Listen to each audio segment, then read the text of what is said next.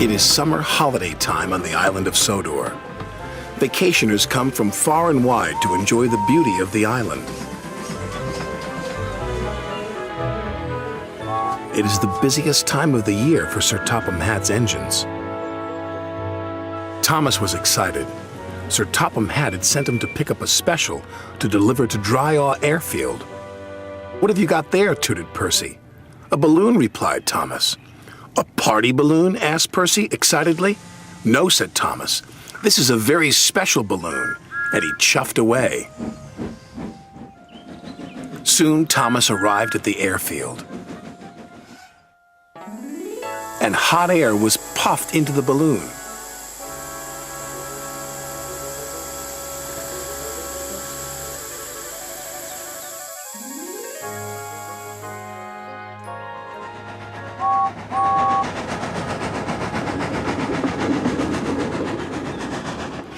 "What is that?"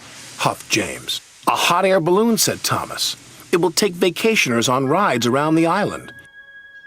"Taking vacationers on rides around the island is our job," wheezed James jealously. Then, as if by magic, the hot air balloon rose silently up into the sky. "What if the hot air balloon takes our passengers away?" chuffed James. "What will happen to us then?"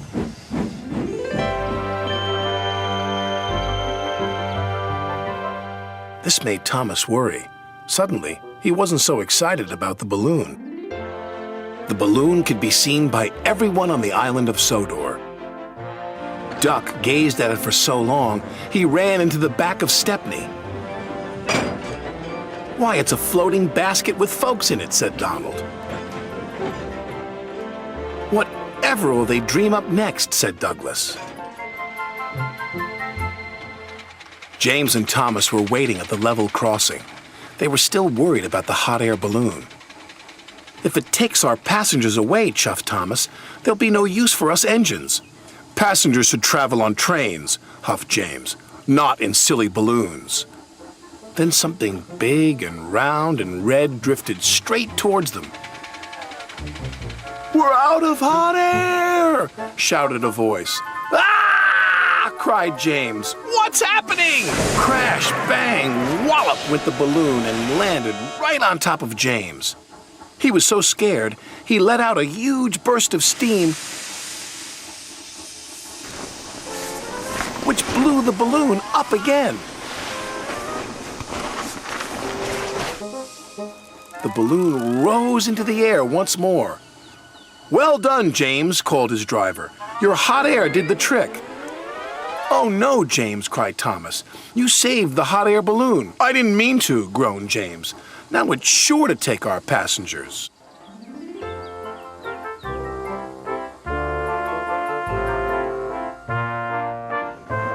Wherever James went, he could see the balloon carrying vacationers across the island. He felt he should be taking those passengers. "Rails are better than hot air any day." James arrived back at the station. There were lots of people on the platform. Sir Topham Hatt was waiting too. "Well done, James." "But now the passengers will ride in the hot air balloon." Sir Topham Hatt laughed. "You're right, James," he said. "But they will need a ride home in a train." James was delighted. Sir Topham Hatt was right. The engines were busier than ever, taking vacationers to and from the airfield. Whenever James sees the red balloon, he whistles and toots.